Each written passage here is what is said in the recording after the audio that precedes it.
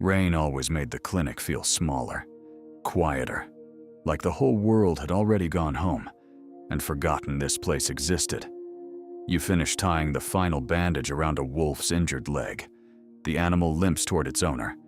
She thanks you softly, then disappears into the storm outside. The bell above the door rings one last time. Silence. You lock the front entrance, flip the sign to closed, and finally exhale. 12 hours. No food, no real money. Just another night trying to keep a dying clinic alive. You stare at the unpaid bills scattered across the counter. Electricity, medicine shipments, rent, all stamped red. Past due. Your eyes drift toward a framed photo beside the register. You and your daughter, smiling, back when life still felt stable. Then, bang. A violent slam shakes the glass door. You look up. A player stands outside in the rain, black hoodie, face hidden. One arm wrapped around another man barely conscious beside him, and the snow beneath them is turning red. Slowly, the stranger pounds on the glass again, harder this time, and suddenly, the clinic doesn't feel quiet anymore. You hesitate, only for a second. Then you unlock the door. The two men stumble inside. Cold air rushes into the clinic. Rainwater spreads across the floor. And suddenly, everything smells like blood. The wounded man collapses against the counter, one hand pressing against his stomach, dark red leaking between his fingers.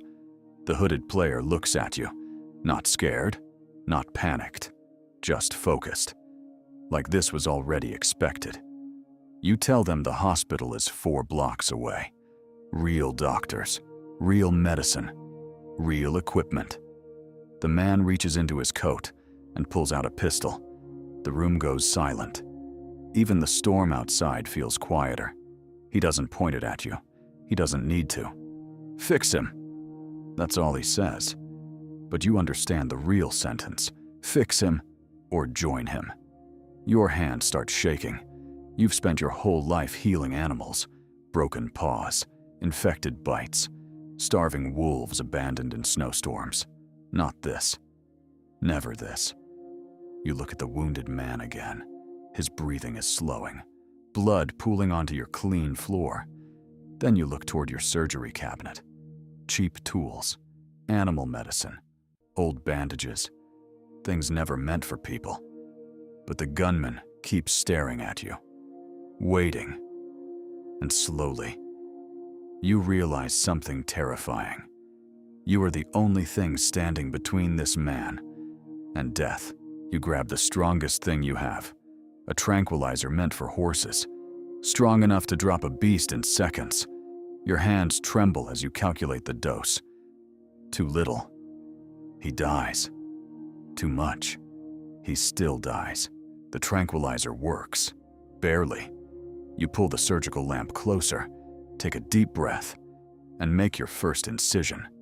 Not as a doctor, not as a surgeon, just a terrified man, trying to stop the bleeding. Blood covers your gloves. Your breathing becomes uneven. You can't tell if the shaking is fear or adrenaline. Then suddenly, the monitor beeps. One heartbeat, then another. And for the first time that night, the patient stabilizes. The hooded man walks toward the table, looks at the monitor, then at you. For a second, nobody speaks. Then he slowly places a stack of emeralds onto the counter. More money than your clinic had made all year. And before leaving, he says 4 words. You saved the wrong man. The next night, another knock comes. Then another. The night after that. Different faces, different injuries, but always the same question. Can you save him? And slowly, your little clinic stops feeling abandoned, because now, people know what you're capable of. Soon, you stop asking questions, you stop asking names, and eventually, you stop caring who they hurt. Because every patient means more emeralds, More medicine, more survival. And somewhere along the way, your clinic stops feeling like a clinic and starts feeling like a business. Then one night, a kid shows up alone. No guards, no money, just a bleeding arm wrapped in torn cloth.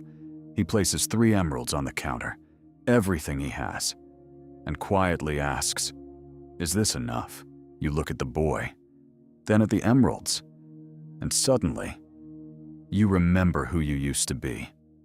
Broke, desperate, invisible. Your hand slowly pushes the emeralds back toward him, and for the first time in months, you treat someone for free. After that night, the rumors spread even faster. Some people called you a criminal, others called you a hero. But down in the underground, they started calling you something else. The surgeon who never says no.